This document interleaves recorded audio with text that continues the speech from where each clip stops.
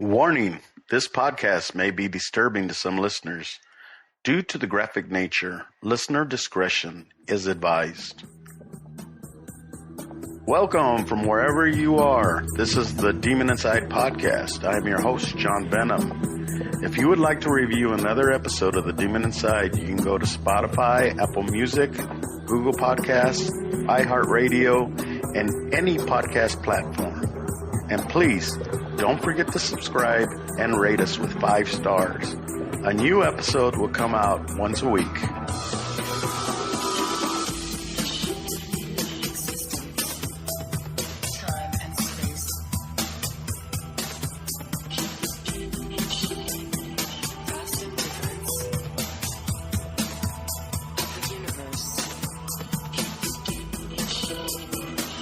We will be right back after a word from our sponsors.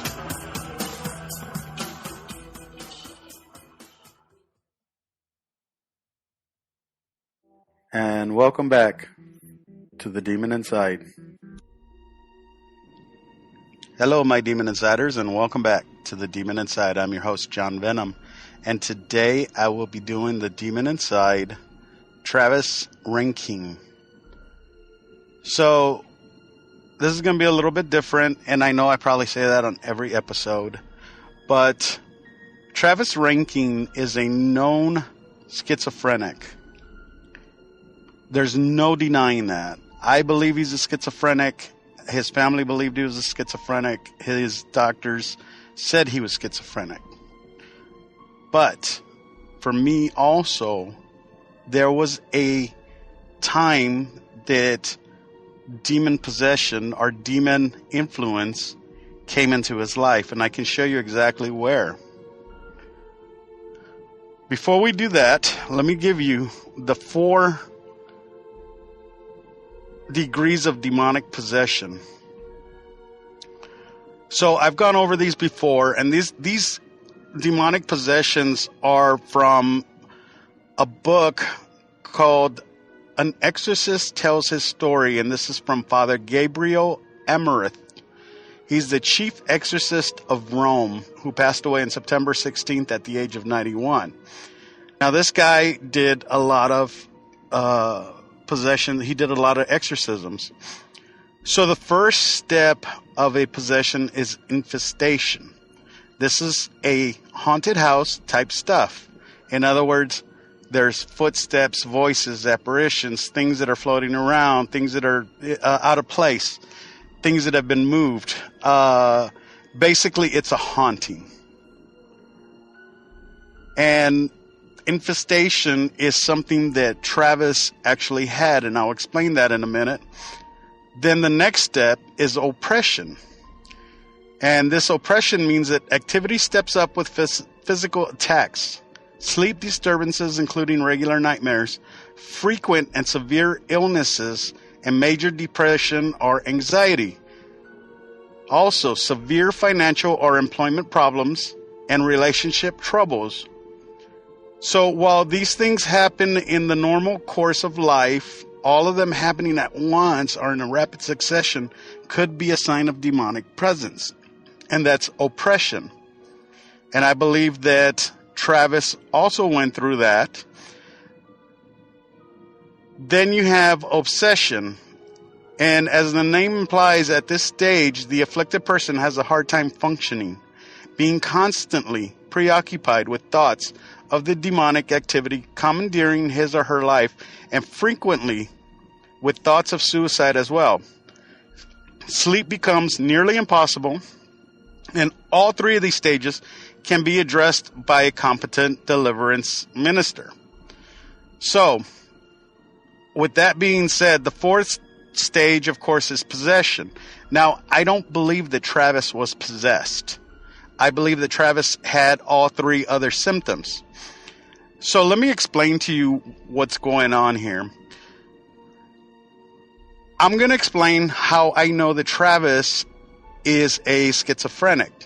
He had all the signs of being schizophrenic. But let's start off this way. Let me go ahead and tell you a little bit about Travis. Travis was born in February 1st of 1989 in Illinois. He was homeschooled his whole life, so this kind of made him very unsociable. He didn't know how to socialize with other people. And for that, he had trouble meeting friends, dating, things of that nature. When he graduated high school, his father actually gave him a job, and he was doing construction. During this time, he started telling his construction workers that he was dating Taylor Swift. Now, he had gone to a concert, and according to him, while he was at the concert, Taylor Swift looked at him while she was singing a song, and he read her lips that said, "I love you." So, because of that, his delusion started, full force, saying that Taylor Swift was going to be his girlfriend, that she talked to him, that she started emailing him, she started talking to him on social media. It got to the point where he started wondering whether or not it was real or not. And he started wondering if maybe Taylor Swift had a twin, that maybe the twin was the one that was talking to him. So I'm going to read you a letter that he wrote to Taylor Swift, and it takes up a little bit of time, but it's really worth it. So let me tell you about this. He writes, "Taylor, I'm really confused right now. I don't know if it was you in the pictures on Instagram or someone who looks like you. Do you really have a twin sister? Which one am I in love with? I want the Taylor that wrote those beautiful songs and sang to me at her concert. Maybe Taylor 1 wrote half and Taylor 2 wrote half. Maybe I saw Taylor 1 in Morton and Taylor 2 in concert. Who is the girl in the music videos then? If there is Taylor with different identities, then who are those other people? Is Austin your brother? Maybe Calvin is boyfriend for Taylor 1 and Austin is boyfriend for Taylor 2. Taylor, I wrote you a story a few weeks ago about a dream that I had. I know you're really busy." So after he wrote that letter to Taylor, he wrote a 5-page letter to Oprah Winfrey. And this is his letter, and I'm going to read it word for word. Please bear with me. I know it's kind of long, but this goes to his state of mind. And not only that, but it tells you exactly what he was feeling at the time. And as you know, I try to get the actual person that I'm talking about, something that's more personal of him talking rather than just hearing it from other sources. So let's start with this. He says, "Oprah, I'm writing you because I'm in love with Taylor Swift, and I don't know if I am delusional or not. I started writing Taylor June 2nd, 2015. The letters were about dreams that I was having. I saw Taylor for the first time September 29, 2015. It was at a concert, and she mouthed the words hello to me while she was singing a song. After that, I started to notice that what I was saying to her was getting repeated back to me on the internet. Also, things that I was doing on my phone and computer. I wrote her and gave her permission to do those things because she was being nice to me and I didn't want her to feel guilty. Later, I took back permission for her to do that because she started being cruel and lying about everything.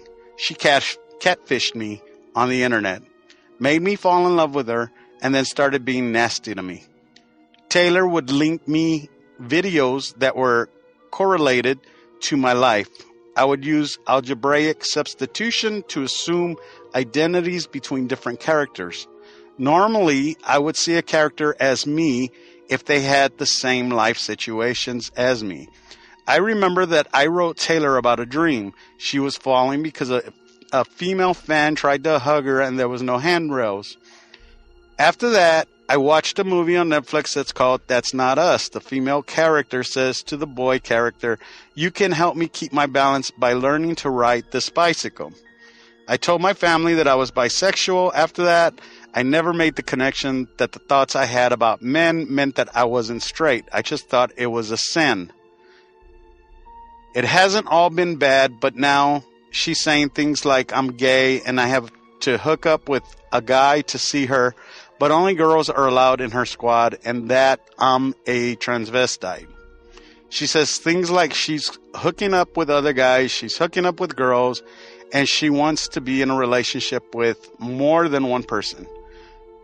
She name calls me names like Donald Trump because I told her about my science idea, and she supposedly made money off of it.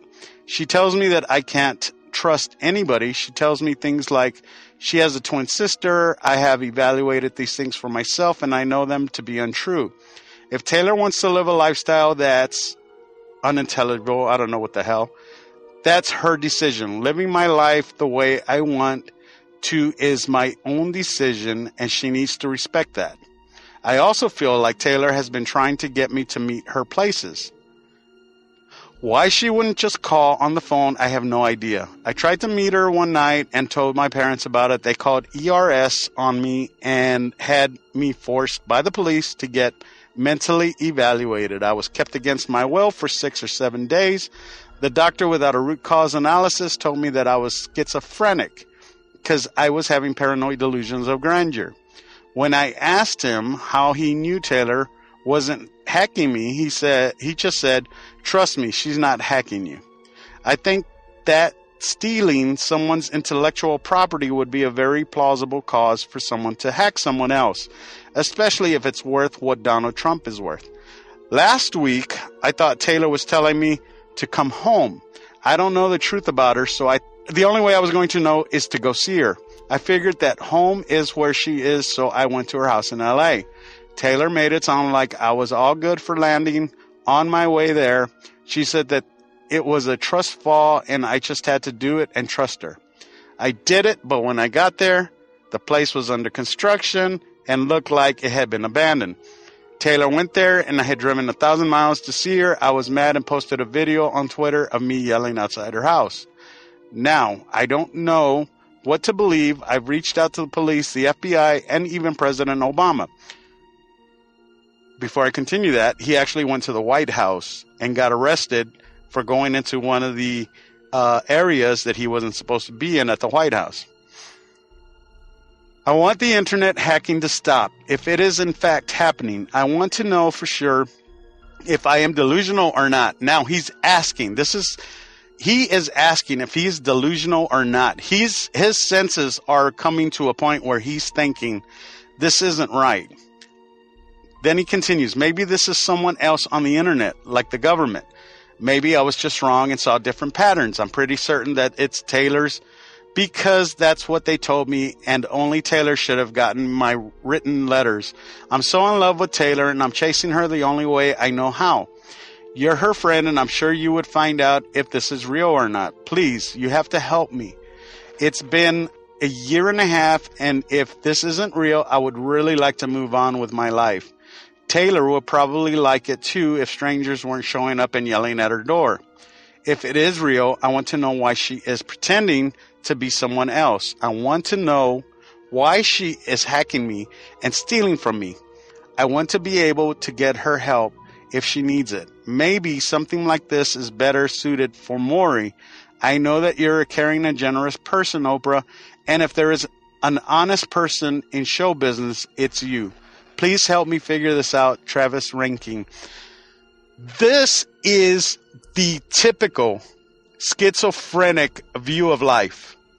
He saw something that Taylor Swift could have said or didn't say or whatever, but he saw it in his mind as she said hello. I was wrong at first. She said hello. Then he took it that he was dating Taylor Swift. And then after this letter and everything that he wrote, he started feeling like Taylor Swift was hounding him and hacking him and going into his apartment. There's a video of him on YouTube, and I'm going to play a little bit of that right now, where he believes that Taylor Swift went into his bathroom and pulled the commode lid up. And he's very, very, very serious about this. We will be right back after a word from our sponsors. And now it's time for the Uber shout out of the week. So this week I have 2 shout outs.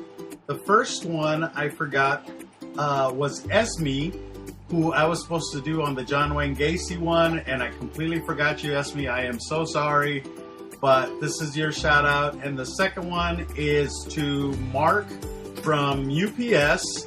I picked him up yesterday, and he came off, got in my car and asked me straight away about my podcast. So we actually had a nice conversation all the way to his house. So this is your shout out, Mark. I hope you listen to it all the way to Oklahoma, and have fun with your daughter out there.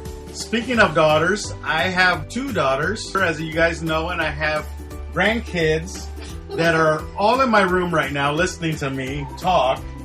So I'm going to go one by one real quick. Well, before I do that, they're going to tell you hi, so get ready. 1, 2, 3.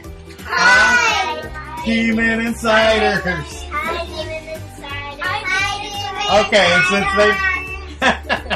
Okay, and since they messed that one up, so first one is Lily. Say hi, Lily. Hi. Say hi louder. Hi. Then Ada, say hi. Hi. Navi, say hi. Hi. Xander, say hi. Hi. Kalani, say hi. Hi. And there you go. Those are my granddaughters, my grandkids, and my grandson. So there's your all shout out, and I will go back to the show now. And welcome back to the Demon Inside. This isn't a joke to him. Now listen to this. The seat is up. He swears up and down. He put it down. He could be mistaken. Or could it be a demon? Remember, demons can make things move, okay? So, he does the video, and I'm going to play that right now. And then I come back up to my apartment, and this is why I'm angry right now. I come back up to my apartment, and this is on my dad's property. My dad owns this property, but this is where I reside. This is where all my stuff is. My stuff's all right here. So this is my living quarters. This is where I live. This is where I reside. No one can come in here. The door is locked. There's nothing saying anyone can come in here. And so, anyway, I come in here. I come into my bathroom, and I notice in my bathroom that the toilet seat is up. The toilet seat is up on my toilet.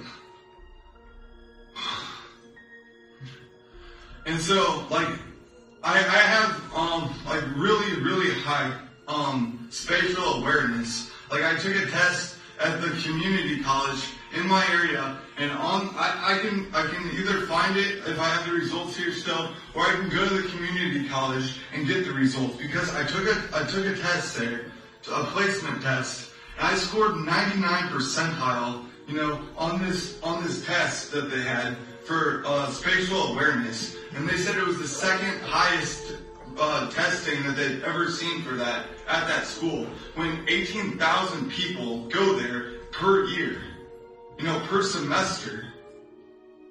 And so it's a really high score. And I haven't put my toilet seat up. I know for a fact that this toilet seat was down. I know for a fact that the toilet seat was down.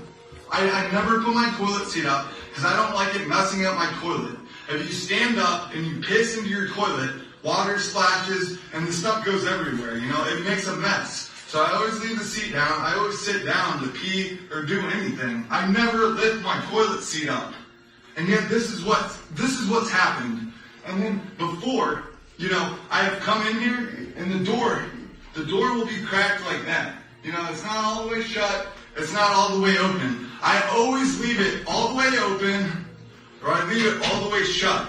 I never leave it cracked open. I never do that. And I know for a fact, that I didn't leave it that way. So somebody has been coming in here. So you heard that, and I'll tell you this. if it was a demon who lifted that thing up and moved the door a little bit, I mean, that's not much for him to believe that Taylor Swift is there. You know, his delusions are still going towards Taylor Swift. He's not going to delusions of demons. He's going to delusions of Taylor Swift. Later on, he decides he's going to move. He leaves his house. He goes. He travels. He's in Tennessee. He travels for a little bit, comes back. I mean, not too long. He comes back to his hometown, but before he gets to his hometown, he actually stops at a hotel. At the hotel, there is a woman that is outside of his room, or outside of in the hallway of the hotel, and Travis comes running to her, and basically she goes back into her room. He goes into the room and he tries to hit her, and he says, "Quit knocking on my door." And here is another sign of demonic oppression, is that a demon could be knocking at his door. A demon could be knocking at his window, trying to get in or trying to drive him nuts, or getting him to believe that, you know, this person wants to get in, and it's nobody. It's a demon trying to get in, trying to get into him, in effect. I believe that's where these demons started messing with him.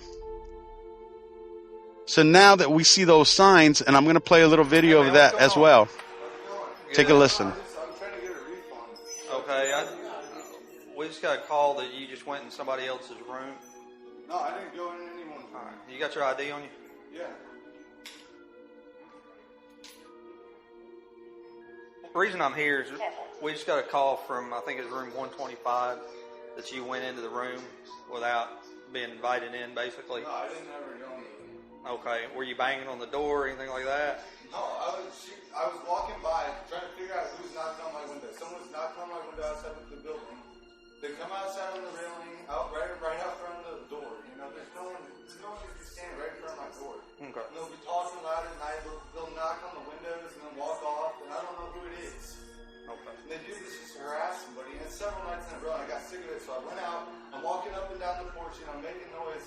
You know, because I don't like it. I don't like shit like that. I want other people to understand how I feel. So you heard him say that was knocking on the window. You heard him say that, you know, he was tired of it. He couldn't sleep. So later on, he goes back home. I mean, there's a whole bunch of things that happen because of his schizophrenia. He believes the government's out to get him. He believes that his job's out to get him. He loses his job. He believes that everybody's just listening into his conversations. You know, anything that a schizophrenic might think, or that you think a schizophrenic would think of, that's what Travis was going through. I believe that. I believe he's schizophrenic. But I also believe, like I said, there's little signs of these demons that are trying to get into him. Now, why were they trying to get into him? Well, let me tell you what Travis did. Travis is one of the same people, just like Stanley Mossberg. If you remember, I did an episode on Stanley Mossberg last season, and my last episode with Brian James Riley. So, do you remember last episode, Brian James Riley said that God told him to kill? Stanley Mossberg said that God told him to kill. Now, Travis Reinking said God told him to go into a Waffle House and kill everybody there. So on April 22nd, 2018, at a Waffle House restaurant in Antioch, Nashville, in Tennessee, which is a neighborhood of Nashville, Travis who is 29 years old, Travis Jeffrey Reinking, fatally shot 4 people and injured 2 people. He drove up to the Waffle House. He was waiting for a sign from God. He said God had started talking to him. Keep in mind, God hadn't talked to him this whole time until after the commode lid was up, after the door from the restroom was halfway shut, after the hotel where he heard knocking at the window, and he believed it was somebody. This is where I believe these demons started messing with him so that they can get him to believe whatever they said. He said that God started talking to him. Travis shows up at the Waffle House at like 3 or 4 in the morning, and he's sitting there in his car in the front parking lot, and he waits 4 minutes for a sign from God. And lo and behold, there's a guy wearing a baseball cap with a number 3 on it. This was his sign. He knew now that what God had told him was real, and he knew he had to go in and kill these people. So he goes in, pretty much, and here we go again. He was naked with a green shirt on. That's all he had on, was like a green jacket. Shoots 2 people in the parking lot. One person, it's so sad because, I mean, none of these people should have been shot to begin with, but one guy was checking his vehicle because he had a flat or something along those lines. He was having trouble with his car. He pulled over into that parking lot just by accident. The next guy was walking into the Waffle House. As soon as he shoots those 2, he starts shooting through the glass. People take off running. They're hiding. They're going into the bathrooms. One guy. Now, you got to listen to this. This is incredible as well. And this, I believe, is God or an angel. So there's a guy named James Shaw Jr. And when he was sitting at the counter, he actually got grazed by a bullet on his arm. And he went running to hide like everybody else did. But he thought to himself, I can't hide in the bathroom because I will be stuck in there. And it'll be like shooting fish in a barrel. When Travis came in into the building and had his weapon and started shooting towards James Shaw, for an instant, one bullet went past James. He could hear it. And then the guy was either out of ammo or the gun jammed. But whatever it was, there was a moment, just a moment, that he stopped shooting. And James, if you listen to his testimony from the court, he says that he heard a voice saying, "Get up and get him and stop him now." And that's exactly what he did. He got up and he went and fought. And he took away the AR-15 that Travis had and he threw it as far as he could. And he pushed Travis out the door. As soon as that was done, Travis took off running into the woods. They end up finding Travis later on, and they arrest him. And, of course, this is where the whole trial comes in, and it's really sad. Like I said, 4 people lost their lives because of this. I believe that he was schizophrenic up until that point, like I said. And once the demons got a hold of him, they wanted him to do damage. And they wanted him to do a lot of damage. And just like Stanley Mossberg, and Brian James Riley, he started shooting at people he didn't know. Now, here's the weirdest part. And I'm going to tell you. Travis shot. This was in April 22nd, 2018. 2018. And this was in Tennessee. Stanley Mossberg was October 2nd, 2019, the next year. Stanley Mossberg killed somebody in Tennessee, exactly where Travis Reinking was in Tennessee, and then he drove to Florida. After Mossberg was stopped in Florida, then Brian James Riley. Now, check this out. October 2nd, 2019 was in Florida. Stanley Mossberg gets arrested. COVID happens. 2020. So nothing happens in 2020. So far we've gone 2018, 2019. 2020, COVID happens. Nothing happens. 2021, Brian James Riley kills in Florida. I got to ask you this, okay? And really think about this. Were demons affected by COVID as well?